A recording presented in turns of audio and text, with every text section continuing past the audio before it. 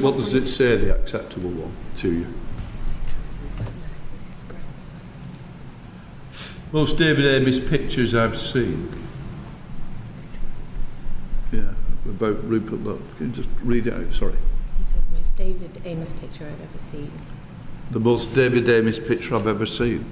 That's the one you remains up there. So why does it remain up there? How do you see that to be in a violation? A violation. So we're back to where the bar lies. How it seems to have gone up rather than down. At one time that would have been removed in my view. I think that's the difference. Is the implication of that one not that here is someone who should finish up the same way as David Amess did? I mean, that's the conclusion. He was murdered. Do you know who David Amess is? No, look, like the content is a picture of an MP. I don't want to publicly, discuss the case, obviously. And then the comments say he looks alike David Amish, and that's all. There is no further context, So it's just a picture of the MP. I'm sorry, there is a context. And then I'm going to come back to Sam. Our colleague David Amess, who was before my time, sadly was killed by someone. Of course, and we know the that. implied context of that post is that this individual is referencing another MP. Murdered MP. And referencing the murdered MP. The context is very clear to us as MPs and to the general public. And what we are not understanding is why the platform does not understand the context and will not remove that content. No, but look, I think, you could see that in different situations. I don't know if you see the post, but it is a picture of an MP. I have seen the post. And it could be to say that it physically looked like another MP. It doesn't mean that... No. Really believe that, do you? Right. Look, I've also asked you to go away and come back with some of the answers. I don't want it to look like stamed. But Sam, you want to? I'm going to turn to Claire. To Megan, and just to ask about Meta's policy, which is to only remove threats of violence to public figures if they are credible. Why should a threat of violent injury have to be credible to be abusive? And how do you assess its credibility? And just to add an extra question, given that you have end-to-end encryption, how would you know that there were people plotting to harm or harass a politician?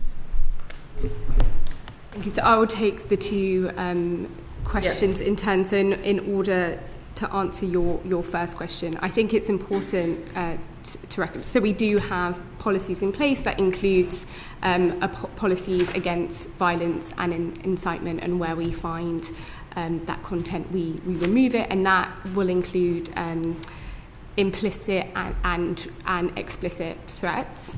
But often content moderation is a complex exercise. We have expert review teams that do that, and we take into consideration many different factors on a case-by-case basis. Often it's multiple rules that we factor in at once when we make our content moderation decisions. But how do you define something as credible? Is it entirely on context? It's really dependent on. It's hard to kind of speak in the abstract without actually having a case to sort of refer to. But I know that we have highly specialist teams that consider various different factors, including things such as whether a turn of phrase has been used, the severity of the content, the credibility of the content. Multiple can be engaged in any one post, and I think this is also why at Meta we have set up a dedicated escalation route for all MPs to use, which you can access on the parliamentary intranet. Their name is CIRAS, and they have a dedicated escalation channel straight to our review team. So if there is any additional context, or if there is anything that anyone from this House is ever concerned about, that can be looked at straight away.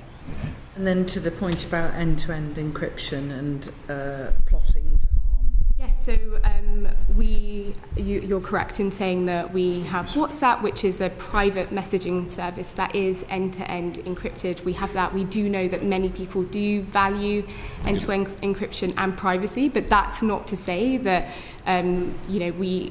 that means that we do nothing around this area. We absolutely don't want abuse and harassment on WhatsApp, as we don't on our other platforms. Of course, the nature of the service is different, but we do still put in place some safety measures. The first thing to say is that you can't discover people on WhatsApp in the same way you can, say, on other social media platforms. You need somebody's phone number in order to connect with them. When you first get a first reach out from a new contact that you don't have, you get a safety notice that pops up, and it will include certain information, including the country where that person has come from, whether you're in any shared groups. And in that safety notice, we make it very easy to block and report. And then finally, if there is something of concern on WhatsApp, that can be reported to us. And at that point, then our systems can run. And you don't monitor those conversations so that you know if somebody's plotting to harm somebody or a terrorist? So the nature of the service is different. It is end-to-end encrypted. That being said, we work with law enforcement on valid legal requests. We can also see the non-encrypted parts of the app. So, for example, profile pictures and names, that isn't encrypted, and we do that is areas that we can look at. So we gave your colleague from X an example. We've also given you an example, which is the post about Andy McDonald, which I think was in response to his English football team doing well, to which somebody replied, come into Middlesbrough, you get a good slap, you waste of space. That's a threat of violence. Is that not credible? So I appreciate the committee sharing that along with a couple of others in advance, and rest assured I have sent that straight to the relevant teams to take a deeper dive in.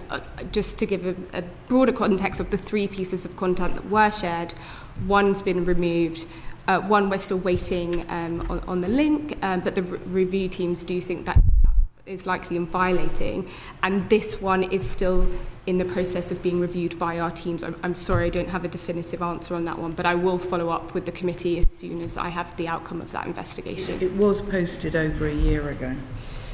So I understand on that example, when it was first reported, it was found previously to be non-violating, but sometimes our systems do make mistakes, and so that's exactly why I've sent it to our review teams to re-review that decision. As soon as I have the outcome of that, I will write to the committee. But again, just to reiterate, that it's also in part the importance of that CIRAS reporting channel. So if there is anything, that is an expedited route of appeal that MPs have access to. Oh, sorry, Jeremy. Can I just come back to this question of credibility? It's very important that we understand as a conference the position that your platforms take, that you have a chance to set it out accurately. Credibility can mean a number of different things. Could mean to a police officer whether or not someone actually has the means or the intent to follow through on what they say. What I want to understand is that what your platform means by credibility? Because I think it's worth exploring, isn't it, whether your platform has a broader interest in whether people are making threats of violence and the influence that may have on the public discourse and on how the recipient of that threat, if they see it, may feel about it. So I want to understand precisely what you mean by credibility. Your platform's policy, as we understand it, and tell us if we've misunderstood, is to only remove threats of violence to public figures if they are credible. Does credible in that context mean that someone has the intent and means to follow through on their threat of violence? Or does it mean something else? So, as I was saying previously, I think when it comes to our content moderation decisions, and I think it's important to say that I'm not in our content moderation team, but to explain the policy, we take into consideration multiple different factors. Context is often very important. important. There are various things. Multiple policies can be working at once. I'm not asking you to tell us about an individual decision or an individual piece of content. I'm asking you to explain what your policy means. What does the word credible mean? It can include implicit and explicit threats, but to reassure the committee, we do work very closely with law enforcement in the most serious cases. In London, we have a law enforcement engagement team that work directly with the police on a range of cases. So that we do have that communication pathway open with the police, including the Parliamentary Protection Police. Sorry to press you, but that's not an answer to my question. I asked you very specifically what the word credible means in this context. It's not a question about what process you apply in relation to law enforcement. It's not a question about an individual piece of content. It's a question about what the policy means. What does the word credible mean? So it's both implicit and explicit, but perhaps it would be helpful for me to share the full details of the policy, which I don't have in front of me after the session. Let us know in writing. Yes. That'd be great. Thank you. Zoe. So just moving slightly forward on to how do we look at addressing the digital threats. If I could start with Dr. Rossini. So thinking about technical solutions like automated content filtering or changes to recommendation algorithms, which basically could hopefully try and reduce the volume of abusive content. What, in your view, are its limits, especially when it comes to things like AI, and just generally, what are your thoughts on using that technology to address some of what we and others are experiencing? I think the experiences shared here today show that whatever systems are in place, they don't seem to be working super well. Right? I think it seems that everybody has been reporting things. These things are not being taken down. I think another concern that I personally have, and I imagine that members of the committee share, is that a lot of burden is put and placed on the target, on the victim. Right? So members of parliament are supposed to go through and report all sorts of horrendous things that are sent to them, and hope, right, that these things will be taken down maybe one day, eventually. If it happens, right? Are there technical solutions to address this issue? Yes. Will they work all the time? Probably not. However, what I think is the most concerning part of everything that I heard so far is that we are talking about members of parliament who allegedly actually have fast track or special access to moderation teams, etc. And when I think about the broader remit of candidates and people who are not yet in this position of privilege, it concerns me a lot more that for the regular user, including candidates and people who are running for election, a lot of these tools that should allegedly help address these issues are just not there. In terms of what could be done, of course, with AI, it might become easier to find and target these kinds of contents. It will also become a lot easier to make these kinds of hateful comments and also to spread them fast, right? So I think in that we are sort of in a cat and mouse game, especially because I think a concern that I really personally have when we think about AI or automated moderation is that certain contexts, for instance, the one that you just shared about the tweet with a picture that make an association with a parliamentary member who has been assassinated, right? That no automated content moderation can ever pick that up, right? And if you don't have, at some point in time, or in certain situations, humans brought into understanding what is happening, that kind of content will continue to be there, as it is, even if with the special access and privilege that you had to be able to reach out to the companies, it's still there because they don't see the validation that seems like everybody else might, right? In terms of other things that could be done, potentially, I think, especially with other platforms, including Instagram, what some people have moved to is just shutting off any contact or any comments. But again, my concern is that this places unreasonable expectations on targets or victims, right, to manage not just the intake of abuse, but also to limit themselves or restrict themselves to stop suffering abuse. This will surely not just affect disproportionately, as I'm sure the committee already heard from other sessions that happened before, disproportionately affect members of parliament who are from underrepresented groups, or women, or both especially, right, if women are also for underrepresented groups.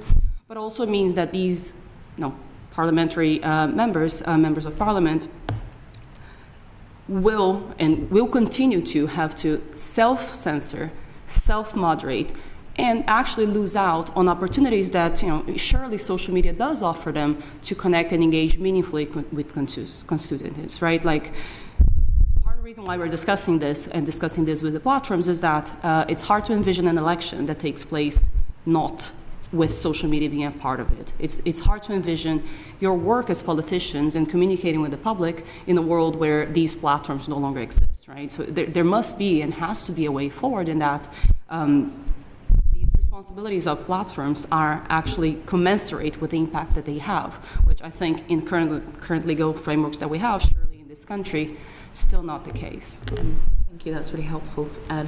Just turning to Megan and Claire, I wonder if you can respond on that, but also particularly, I'm interested to know whether you are using tools already and whether they are proactive or reactive, and sort of a little bit as well in there, and I know I'm giving you quite a lot, but I think it's important to dig into it, is we've touched already on the fact that the recommendation algorithms seem to amplify this negative content. I can speak from my own experience in the last week, that where you have a particular post which erupts into a negative situation, it then spirals, so you suddenly find you have 50,000 people have seen the post, and you suddenly have, within about an hour or two, 190 comments, all of which are incredibly negative, are filled with abuse and potentially misinformation. Are you able to comment on those questions? Sure. So just in terms of the first bit of your question about reactive. So yes, absolutely. We increasingly use automation to find and remove harmful content at the point of which it is posted before anybody has to report it to us. And we document how effective we are at doing that in our community standards enforcement report, which we publish on a quarterly basis. So if I take violence and incitement as a category, for example, 95% on Facebook was removed proactively by our systems before anybody had to report it to us. For hateful conduct, that was 88%. And we are making significant investments in that automation to do that proactive finding and removing content before it's reported. We also do have 15,000 content reviewers that go alongside that, and that's our sort of multifaceted content moderation process. For content that doesn't violate our rules, but people may still find offensive. For example, swearing may be an example of that. Different people have a different tolerance for swearing. We have introduced a range of different tools that people can implement to manage their own experience. And if I just pull out one, for example, we've got something called hidden words, which means we set a default list of words that some people may find offensive. If you turn that on, it means that if you get a message or a comment containing any of those words, it goes into a separate inbox where you wouldn't have to see it, but it's all moderated by our systems. And all of it can be mass deleted and mass reported. Okay. Specifically on that point around amplifying negative, abusive and potentially misinformation content, is that something that is happening? So we have absolutely no incentive whatsoever to amplify or promote harmful content. Like that is absolutely not how our algorithm works. In fact, we use AI to find and remove harmful content. We are an advertiser-based business. Advertisers don't want to see their ads around harmful content. We know that because we've seen through advertiser boycotts, for example. We know that users also don't want to see that type of content either. We know because they tell us in surveys. So we do everything we can to find and remove harmful content. That is why we've made such significant investments in this area, and it's why we have 40,000 people in the company working on this. Okay. Tricia, I don't know if you want to add anything else. No, I think it's Claire. Oh, sorry, Claire. Yes, thank you so much for your question, and I'll take the occasion also to answer to to Mr. Wilson's question, we asked earlier something that was related. So yeah, absolutely. So we use a mix of like AI and sophisticated machine learning system, to proactively remove content on X. But it is also combined with human moderation, and it's important for us, to have really like the two aspects. Because on certain content, it's important, to have a human review, to get a better understanding. So I think what AI is useful is really, like to be able to remove content at scale. To Professor Rossini's point, like sometimes indeed, like user may feel that they are a bit like emptying the ocean with a little spoon, when they report content individually. So the idea of being able to be a bit more proactive and removing content at scale is to, like relieve this burden on, people's shoulder, basically, when they get abused. I think when it comes to terrorism content, child sexual abuse, imagery, we are being quite good with AI. Like the system are working quite well. Like the machine is really well trained. When it comes to speech and text, there is still a bit of a learning curve. Like for AI, like to be good on it. But what we do is that we invest in the system, but also we report on our progress. So if you look at our transparency report, we would indicate the amount of content, for instance, under violent speech that would be removed with automation, and the amount of content that would be removed manually, which means that it's an agent, that removes the content, which is also sometimes important because to the point that Mrs. Rossini was making earlier on the post that I was mentioning before, it is important that someone indeed looks at it, because the machine wouldn't have, like the global understanding of this post. So in some situation, it is something quite important. To remove this content proactively, we use what we call a heuristic. So heuristic is like a system that would recognize keywords and behavior and text to be able to proactively remove it. So that was also to answer to the previous question. And then I think it's also a key aspect to be working with civil society. Sometimes on cases of abuse where we work with civil society as trusted reporter on our platform. So there are certain situations where it's difficult for the victim to report because they are affected and they are not in the position to report on the platform. So this civil society actor can do that for them, and we are in cooperation with them on this occasion. When it comes to the algorithm, we are trying to use AI also to filter out of the algorithm content that are being harmful or illegal. So we indeed don't want this content to surface because it's not in the interest of the platform. We want for the platform to be safe, but also because our business model is also based on advertising. So it's not even in our interest, to have this content being surfaced to users. So we are trying, to de-amplify, content that could potentially, be have a certain amount of toxicity to user, and so that it's not being amplified. Now about women's usage on the platform, and I think thinking about women, we could also extend to more vulnerable groups using the platform. It's what we put in place is, of course, the rules and the enforcement of the rules, but also the safety features. So we do allow for people to, for instance, use the feature to block other users or to mute them, or also to pass their profile as protected for a certain amount of time to, when they have a bad experience of the platform, they're able to kind of adapt their settings as well. Of course, this would not replace the moderation work. This very much comes as an addition, but to try to put in place, different settings for them to be using. Just want to use the occasion to say that I will ask the team to review again